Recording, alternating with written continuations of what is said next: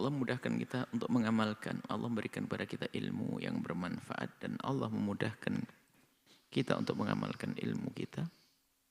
Dan semoga Allah menerima amal kita. Kita sudah sampai di surat Al-Hijr. Ayat 6. A'udzu billahi minasyaitonir rajim. Bismillahirrahmanirrahim. Wa qalu ya ayyuhalladzi nuzzila 'alaihi dzikru innaka lamajnun. Mereka berkata, orang-orang kafir waktu itu yang hidupnya digunakan untuk memusuhi Rasulullah, menentang, melawan. Bahkan kalau bisa mereka ingin membunuh. Bermacam-macam upaya untuk menghentikan dakwah.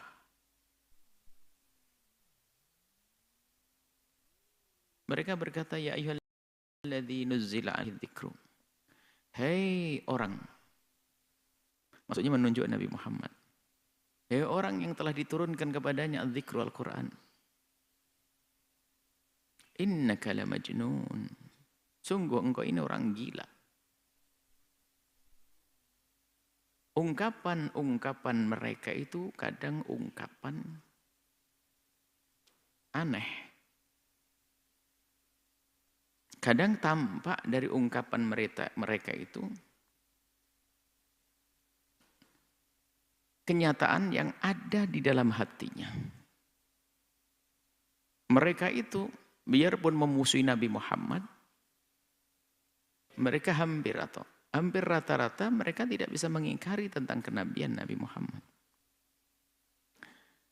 Sehingga waktu ingin mengatakan Nabi Muhammad gila itu pun masih menggelari.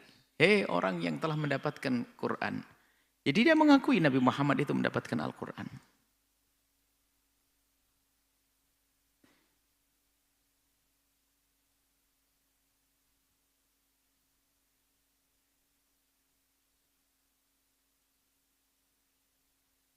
Sepertinya pengakuan yang tanpa ia sengaja. Misalnya mungkin selama ini ada orang, sebuah contoh. Kalau ada orang menyifati tentang sifat wajah seseorang. Diberi oleh Allah dia wajah ganteng. Atau wajah cantik. Seorang wanita melihat temannya yang berwajah cantik. Dia tidak suka. Bahkan kalau disuruh mengakui kecantikan, enggak, cantik apaan. Oh gitu kok cantik. Karena dia enggak senang. Perilaku akhlaknya tidak baik. Tapi di saat berantem dia bilang, biarpun kau cantik tapi kau mulutmu jelek loh.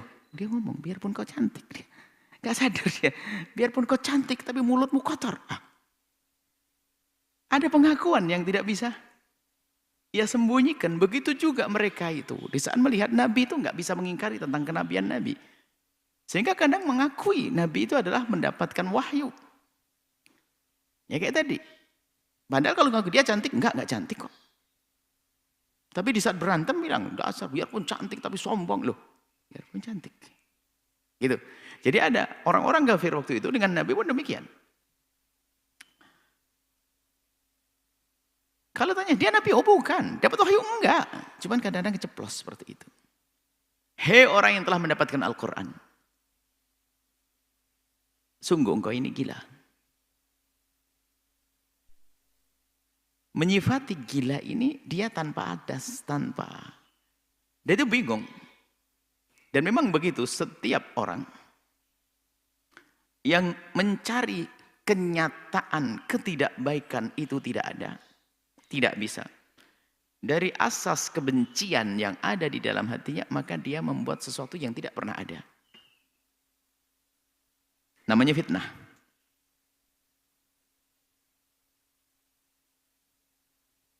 Dan dia meyakini omongan itu nggak benar.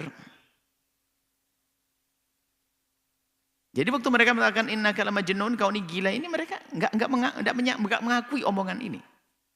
Oh Nabi Muhammad tidak gila kok. Tapi dia ngomong begitu. Dari gelapnya hatinya, permusuhan yang ada dalam hati, kebencian, kedengkian yang ada di dalam hatinya.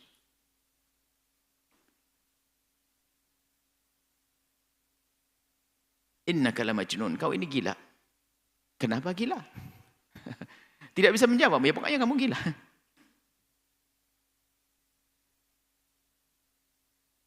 Lalu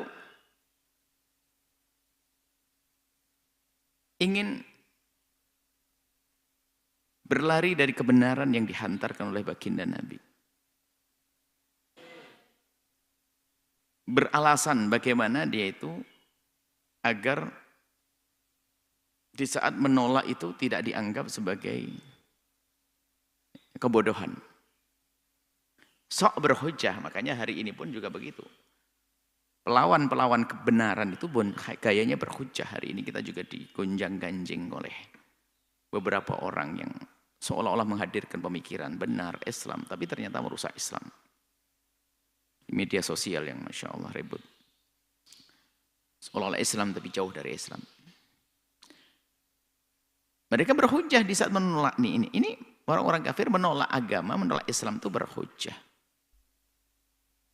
Maksudnya ingin mengatakan kamu ini nggak kuat, wahai Muhammad. Yang kau bawa ini nggak ada bukti, nggak ada penguat. Gimana aku bisa percaya? Lauma. Lau ini artinya kan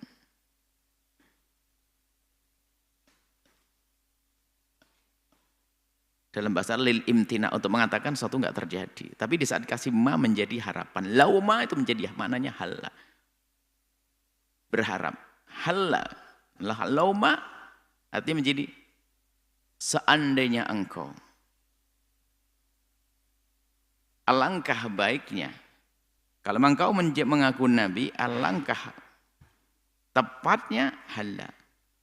Ta'tina bil malaikati, coba kau datangkan malaikat untuk menjadi saksi agar berkata bahwasanya kau adalah Nabi.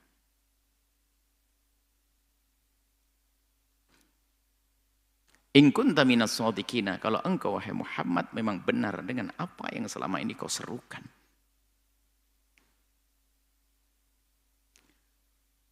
Ini kebiasaan orang keras kepala.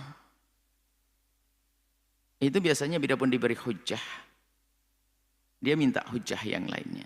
Biarpun hujjah itu sudah jelas, dia minta hujjah berikutnya. Biarpun kita kasih hujjah lagi juga sama. Karena tujuannya bukan dia itu ingin cari kebenaran. Karena memang ingin menolak kebenaran yang kita bawa. Begitu juga kita temukan di hari ini dialog-dialog pemikiran antara kaum muslimin ini. Kelompok yang membawa akidah sesat. Biarpun kita kasih hujjah yang benar, dia mencari hujjah yang lain. Berusaha dikasih hujjah yang lainnya pun dia berusaha untuk lari. Tidak menerima. Banyak hal-hal yang selama ini sebetulnya masalah khilafiyah yang orang boleh berbeda pendapat. Tapi ada sekelompok orang yang mengatakan kamu harus keluar dari iman, kamu harus syirik, kamu harus bid'ah, kamu harus begini. Dia kasih hujah, bukan mendengar hujah. Dia mencoba mencari-cari kesalahan yang lain lagi. Persis ini kisahnya. Sudah tahu ini jelas, minta. Dia berkelit. Minta hujah yang lain lagi. Bukan hujah yang pertama tidak memuaskan bagi dia. Bukan, karena memang dia tidak pengen nerima hujah itu, karena dia memang tidak pengen nerima kebenaran. Pengen cari yang lain lagi.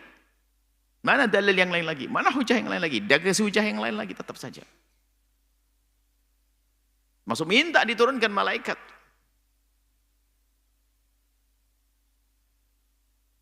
Dijawab, ma nunazzilu Allah al-malaikata illa bil haqqi. Kami tidak akan menurunkan malaikat. Allah tidak akan menurunkan malaikat bil haqqi. Artinya dengan kebenaran, bukan karena. Ini kan permintaan orang yang bukan mencari kebenaran. Kalaupun diturunkan malaikat, dia akan berkata. Berkata yang lain, kasih hujjah. Seperti yang disebutkan. Ya, saya ini disihir, bukan malaikat beneran. Tuh, gitu. Dia selalu berhujjah. Untuk lari dari kebenaran. Sampai derajat seperti itu. Bertubi-tubi datang hujjah kebenaran. Tidak bisa menerima. Wa ma kanu idzan mundharin. Kalau sudah modelnya orang semacam itu, ya. Wa ma kanu idzan mundharin. Maka saat itu dia bukanlah orang yang bakal ditunda-tunda musibah hukuman yang akan Allah timpakan kepada mereka. Artinya orang begitu berhak untuk mendapatkan siksa musibah. Karena orangnya memang membangkang, kurang ajar. Bukan mencari kebenaran, dia ingin menyalahkan orang yang membawa kebenaran. Kalau mencari kebenaran mudah, tapi permasalahan adalah menyalahkan orang yang membawa kebenaran.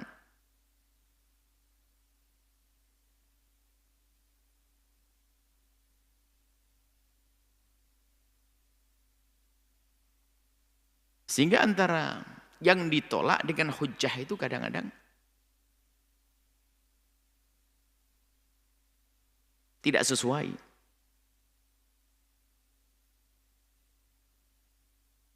Jadi yang ditolak dengan hujjah yang disampaikan itu adalah nggak nyambung.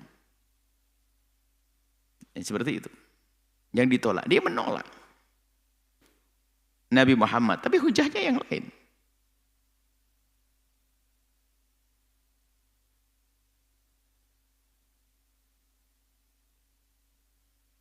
Seperti ada orang memberi hadiah kue. Kue enak, terserah apa kue yang gampang lah, di kampung juga ada kue agar-agar begitu. Dikasih agar-agar. Makan, oh enggak saya terima agar-agar. Kenapa? Karena mobilnya coklat. Apa hubungannya? Ya karena mobilnya coklat. Saya nggak senang dengan mobil coklat. Loh, apa urusannya dengan agar-agar? Begitu juga lihat hujah orang yang keras kepala itu begitu. Selalu dia bertanya sesuatu nggak ada hubungannya. Oh dikasih agar-agar makan. Kenapa kamu makan kok? Karena mobilnya dia coklat. Saya nggak suka dengan mobil coklat. Kalau kemanisan masuk akal, nyambung dia. Makanya Allah tidak menurunkan malaikat. Kalau diturunkan malaikat, dia akan tanya yang lainnya, hujah yang lainnya.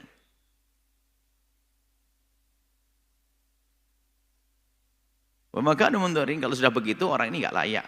Bukan hukuman, tidak perlu diundur lagi. Ini hukumannya bisa langsung itu. Inna nahnu nazzalna dzikra wa inna lahu lahafidun. Hafidun, Allah yang menjaganya langsung. Berbeda dengan Taurat, bimastughfidu. Kalau Taurat kan takbirnya bimastughfidu, bukan hafidun. Tentang Taurat, bagaimana Taurat diturunkan kepada bimastughfidu, yang Allah meminta mereka untuk menjaga. Kalau Al-Quran, Allah hafid, Allah yang menjaga. Sehingga bimastughfidu dalam ayat lain dibunyikan bimastughfidu tentang Taurat diturunkan, tapi bimastughfidu yang mereka, orang-orang yang menerima Taurat itu, mereka punya kewajiban untuk menjaga. Nah, karena kewajiban taklif untuk mereka, maka banyak taklif kewajiban yang dilaksanakan, yang tidak dilaksanakan. Dan mereka tidak melaksanakan, maka terjadi perubahan. Karena mereka yang diminta untuk menjaga. Karena Allah memang tidak akan menjaga. Memang Allah tidak menjaganya, tapi menyerahkan mereka untuk menjaganya. Tapi kalau kan tidak, nahnu lahafidun, kami yang menjaga, Allah yang menjaga, maka tidak ada yang bisa.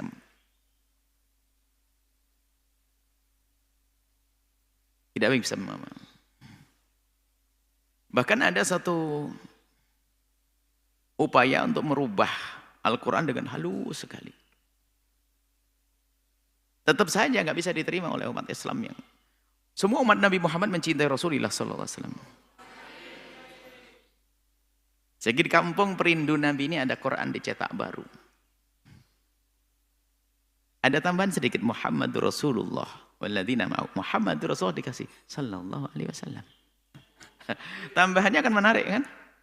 Cocok dengan kemauan saya. Tapi nggak bisa diterima oleh ahli Al-Quran, ahli Islam. Nggak, ini nggak benar ini. Nah, tambahannya kan.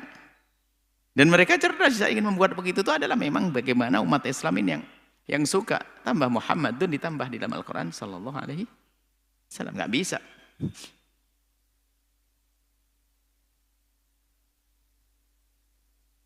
Dan sampai hari ini pun unik Al-Quran. Makanya ada kitab yang Allah berikan kepada Nabi, itu ada kitab yang di dalamnya adalah manhaj. Satu pendidikan dan tuntunan cara hidup, itu manhaj. Ada di samping manhaj, ada mukjizat. Ada manhaj, ada mukjizat. Kitab-kitab suci yang Allah turunkan kepada para nabi-nabi terdahulu manhaj. Di dalamnya adalah cara hidup. Tapi kitab suci itu bukan mukjizat. Bukan mukjizat. Isinya wahyu, tapi sebagai kitab suci tidak dianggap tidak mukjizat, tapi manhaj cara hidup. Selagi itu adalah kitab yang belum dirubah, dipegangi ya benar pasti. Dari Allah kok. Manhaj cara hidup. Dan mereka yang diperintahkan oleh Allah untuk menjaganya. Sehingga jika kitab suci itu masih benar, di saat mereka menjalankan tugas untuk menjaganya, maka benar. Tapi di saat mereka sudah tidak menjaganya, ada perubahan. Maka manhajnya menjadi rubah. Berbeda dengan Al-Quran. Di samping di dalam Al-Quran adalah manhaj, pendidikan cara hidup yang baik, tapi Al-Quran juga mukjizat. Masalah istilah mukjizat itu adalah bukan secara sederhana adalah membikin orang itu terkagum-kagum. Biarpun tidak mengungkapkan kekagumannya. Biarpun dia tidak mengungkapkan kekagumannya. Orang di luar Islam menyembah kitab suci, mungkin kitab sucinya tidak segede Al-Quran. Kalau ditanya kamu bisa menghafal enggak? Ada anak-anak kecil bisa menghafal ini semuanya? Enggak bisa menjawab. Tapi mereka mengakui kok bisa ya Al-Quran dihafal oleh orang. Bahkan ada anak umur 7 tahun hafal Al-Quran. Gimana ceritanya? Anak umur 7 tahun hafal Al-Quran? Dan banyak bukan 1 2. Anak umur 7 tahun menghafal Al-Quran. Orang yang tidak bisa bahasa Arab bisa menghafal Al-Quran. Itu mereka tuh ngakui begini nih, unik ini. Saya itu menghafal 2 lembar, 3 lembar saja. Kalimat yang saya tidak ngerti bahasanya nggak bisa menghafal. Dan bacaannya pun juga Masya Allah.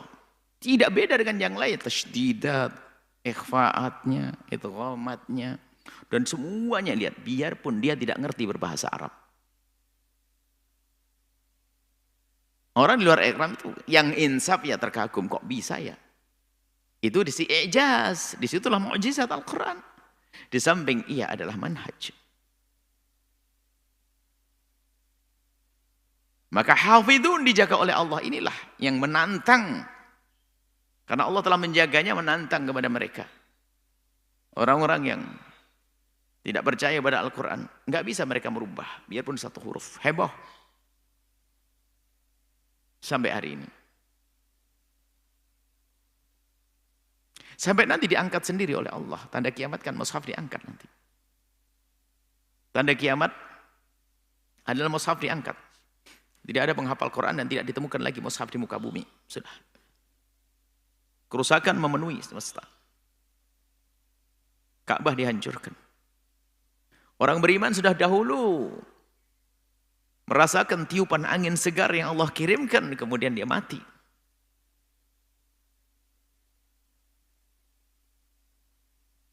Dan seterusnya. Masalah hari kiamat ada satu buku yang insya Allah nanti untuk bisa dijadikan pelajaran, untuk bisa dibaca tentang perjalanan manusia menuju rumah terakhirnya. Rumah terakhirnya itu antara surga dan neraka. Baik. Inna nahnu nazzalna dzikra wa inna lahu lahafidun. Allah yang menurunkan Al-Quran dan Allah berjanji untuk menjaganya. Bukan seperti Taurat yang diturunkan, Allah menurunkan Taurat dan Allah merintahkan mereka untuk menjaga.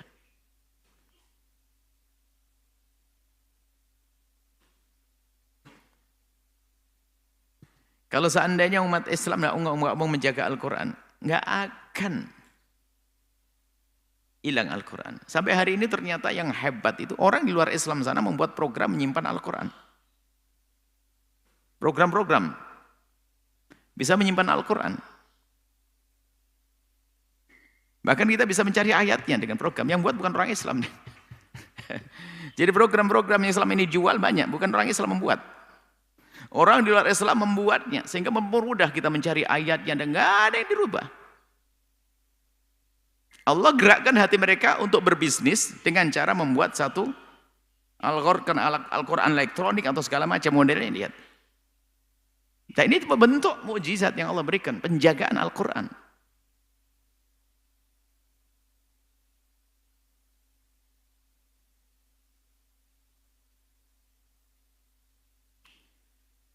Allah tidak menurunkan malaikat sesuai dengan permintaan mereka. Kenapa? Kalaupun diturunkan malaikat, dia mengatakan, kita ini kena sihir. Itu bukan malaikat beneran tuh. Sebelumnya ada nabi-nabi terdahulu, ada umatnya minta nabi itu dari malaikat bukan dari manusia. Kalau dikasih malaikat dia ngomong, ya kamu nabi sebagai malaikat gimana saya bisa niru? Ada aja alasan. Permasalahannya begitulah kalau hati sudah ditutup. Walaqad arsalna min qablika fi syia'il awwalin. Nah, wahai Muhammad, kalau engkau menemukan orang model-model begitu, tenang aja, biasa saja. Yang tenang hatimu karena nabi-nabi sebelummu pun juga menemukan kasus seperti itu. Apalagi kamu itu paling utamanya nabi, tentu godaanmu juga paling gede, pangkatmu paling tinggi, ujiannya juga paling berat. Laqad arsalna, dan telah kami mengutus, Allah telah mengutus min qablika sebelummu wahai Muhammad utusan-utusan min syia'il awwalina, fi syia'il awwalina, dalam kelompok-kelompok orang-orang dahulu sebelum datangnya Islam. Wa ma yatihim mir rasulin illa kanu bihi yastahzi'un. Tidak ada datang utusan Allah kecuali mereka itu ngejek.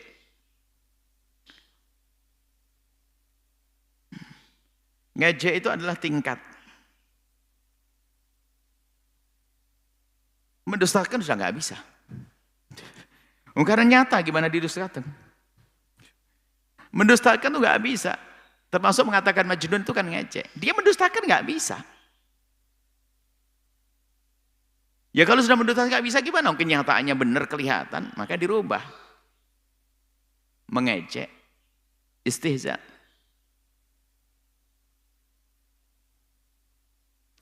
Wa may yati min rasulin illa kanu bihi yastahzi'un. Tidak ada utusan Allah yang Allah utus untuk umat terdahulu kecuali mereka itu mengejek. Mengejek. Kalau sudah mengejek itu adalah ya menfitnah. Karena Nabi kan tidak ada kekurangan dari sisi akhlak. Yang dibawa semuanya benar. Berarti itu fitnah. Menfitnah. Yastahzi'un. Di dalamnya adalah berdusta juga. Karena mengucapkan sesuatu yang tidak ada.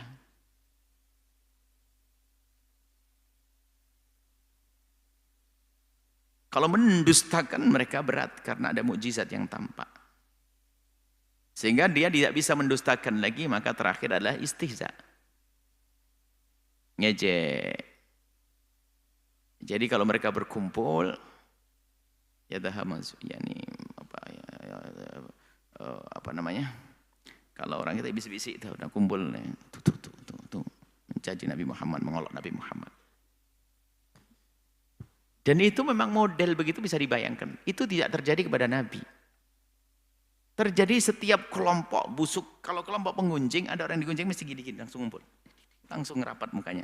Makanya bareng ketemu. Nah begitulah. Na'udzubillah. Coba bisa dibayangkan. Tidak usah dijalankan. Dibayangin lihat 4 orang, lihat ada 1 orang yang dia tidak suka, langsung lewat langsung. Sama semua. Ketawa bareng. Dan model begitu yastahzi'un karena hasad. Tetangganya beli mobil bagus, dia hasud berempat di gardu.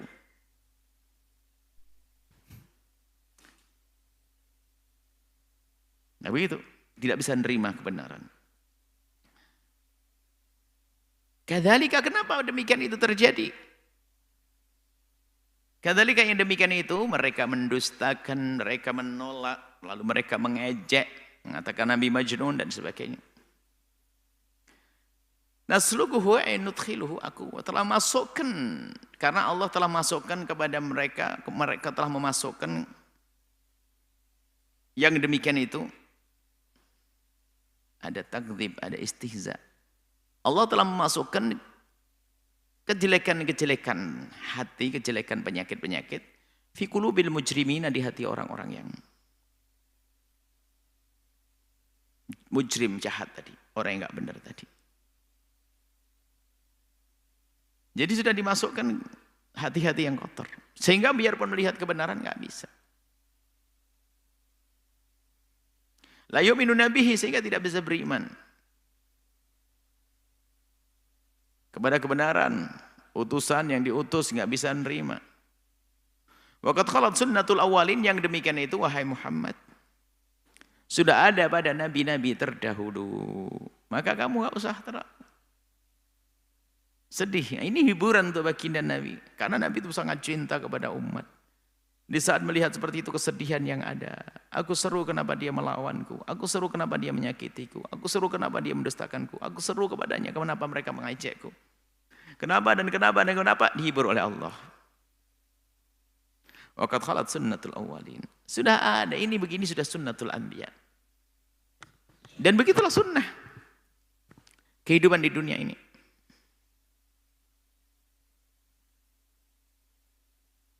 Keadaan cara hidup, Pak. Hidup di dunia ya kayak begitu memang. Baru nanti di surga aman. Di surga, masuk surga tidak ada lagi dusta di dalamnya. Kenikmatan surga, melihat Allah. Dan kenikmatan yang lainnya. Itu lagi di dunia ada problem itu. Dan setiap masa ada. Dari zaman Nabi Adam ada iblis. Kisah Qabil ada Habil, ada Qabil. Nabi Ibrahim ada Namrud. Dan seterusnya. Nabi Musa ada Fir'aun. Dan bakundal-bakundalnya. Baginda Nabi Muhammad ada Abu Jahal. Dan bakundal-bakundalnya. Terus sunnatul awwalin akan berlaku sampai hari ini. Makanya para juru dakwah lihat, ini sebetulnya sepintas ini adalah masalah dakwah. Artinya kalau seorang juru dakwah diejek saja. Diejek, diolok, hari ini sudah naik pitam. Padahal diejeknya pun tidak sampai disebut gila seperti Nabi disebut gila. Sudah down, mundur, nggak mau berjuang, berhenti.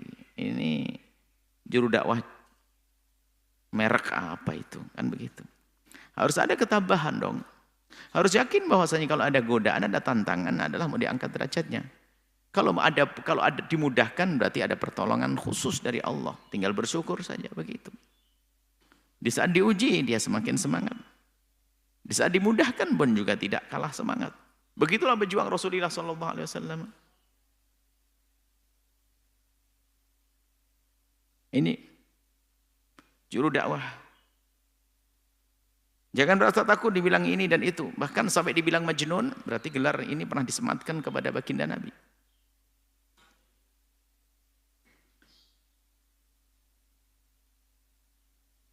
Baik. Kemudian setelah digelari, diejek. Nah itu biasa. Diejek. Diejek. Nabi diusir dan sebagainya. Artinya dalam berdakwah kita harus kuat. Jangan gampang patah. Kenapa qad khalat sunnatul awwalin? Sunnah dakwah itu ya begitu. Kita ingin buat perubahan kok. Tentu ada yang merasa tidak senang. Biarpun antara orang dengan orang berbeda-beda, ada orang yang Masya Allah tantangannya berat. Tapi besar di hadapan Allah. Ada orang yang menjalani dakwah mudah, tidak ada tantangan. Yang ada hanya syukur, ada bermacam-macam. Seperti nabi-nabi pun juga. Ada nabi yang lihat, tapi semuanya adalah mengalami satu proses. Kejayaan Nabi Yusuf pun adalah setelah proses mendapatkan perlakuan yang tidak baik dari saudara-saudaranya. difitnah dan seterusnya. Jadi kalau kita masuk dalam dunia berjuang, dunia berdakwah itu harus siap dong. Siap dikatakan gila dia. Siap diejek. Siap mendapatkan perlakuan-perlakuan yang tidak pantas. Harus siap semacam itu. Biarpun itu bukan kita cari. Siap itu artinya menyiapkan diri, bukan berarti kita langsung harus kena, enggak. Sebab ada orang yang menjalankan dakwah berjuang tanpa problem, ada. Artinya tinggal bersyukur saja. Karena orang-orang yang biarpun dia melihat sebuah kebenaran di depan matanya, diyakini oleh hatinya, bahkan otaknya pun jika faham kalau itu kebenaran, tapi selagi tadi Allah masukkan ke dalam hatinya kebusukan-kebusukan. Maksudnya hatinya sudah penuh dengan kekotoran hati. Nggak bisa nerima. Telah Allah masukkan fi qulubil mujrimin tadi. Lalu mereka la yu'minun, tidak bisa menerima kebenaran yang kita kirim, kita sampaikan. Nah, di saat seperti itu yang perlu kita tata hati kita. Di dalam kita menjalankan dakwah dan berjuang itu tujuan kita harus karena Allah. Bukan karena kita ingin menjadi bukan sanjungan dari manusia. Tapi bagaimana kita ingin mendapatkan pahala dari Allah. Sehingga prinsip benar di dalam berdakwah menjadikan dia itu nyaman dan istiqomah dalam berdakwah. Kalau kita mengajak seseorang kepada kebaikan, kita sudah mendapatkan kebaikan dari Allah. Biarpun orang tersebut belum menyambut seruan kebaikan dari kita. Lalu kita menyeru kedua kalinya pun demikian, kita mendapatkan pahala. Yang kedua kali. Jika kita menyeru yang ketiga kali pun kita akan dapatkan pahala yang ketiga kali. Dan begitu seterusnya, begitu luas Allah dengan karunia-Nya.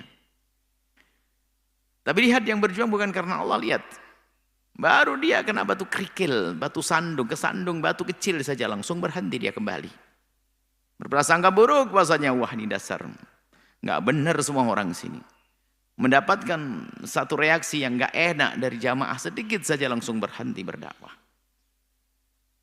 Menemukan rintangan bisa saja rintangan dari manusia, ada rintangan dari kehidupan mungkin, yaitu misalnya ya susah makan tuh gimana sih seorang ustadz hari ini susah makan? Pengen tahu susah makannya ustadz yang berjuang di hari ini, apakah sempat sampai beberapa hari tidak makan seperti Nabi waktu diboikot?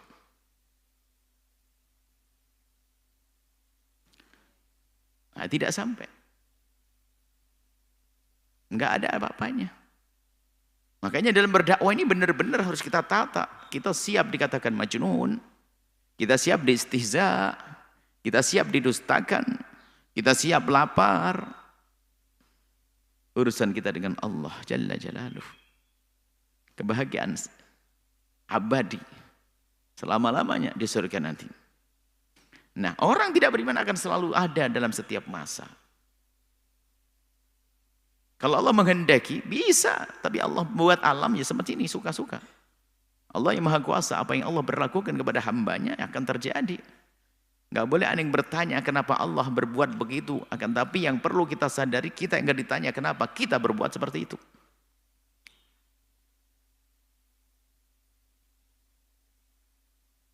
Maka mari kita tata hati kita.